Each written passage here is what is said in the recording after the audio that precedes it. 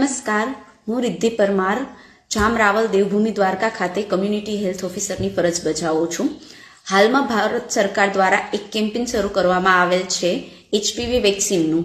આ વેક્સિન છે એક સર્વાઇકલ કેન્સર સામે લડત આપે છે.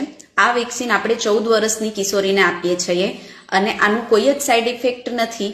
આ બીજા વિકસિત દેશોમાં તો આ વેક્સિન ઘણા વર્ષોથી અપાય છે, 2006 થી, અને ભારતમાં પણ ઘણી જગ્યાએ પ્રાઇવેટમાં આ વેક્સિન આપવામાં આવી રહ્યું છે, જેના 3,000 થી 4,000 કોસ્ટ થાય છે.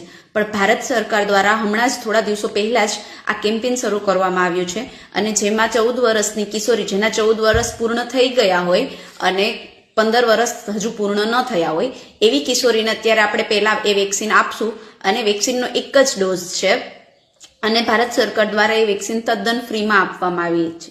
તો આપ સૌને નમ્ર વિનંતી છે કે આપના સગાવાલામાં આપની દીકરી કે આપણા જાણીતામાં કોઈ પણ જો 14 વર્ષની કિશોરી હોય તો એમને આ જાણ કરો અને એમને પ્રેરણા આપો કે એ નજીકના સરકારી દવાખાને જઈ અને આ વેક્સિન લે. અને આ વેક્સિનની કોઈ પણ બીજી સાઇડ ઇફેક્ટ નથી. તો આપ સૌને નમ્ર વિનંતી કે ગેરમાન્યતા અને ખોટી અફવાઓથી દૂર રહો અને કોઈ પણ પ્રશ્ન હોય તો તમારા નજીકના આયુષ્માન આરોગ્ય મંદિર અથવા તો સરકારી દવાખાનાનો સંપર્ક કરી અને તમારી પ્રશ્નનો જવાબ ત્યાંથી મેળવો. આભાર.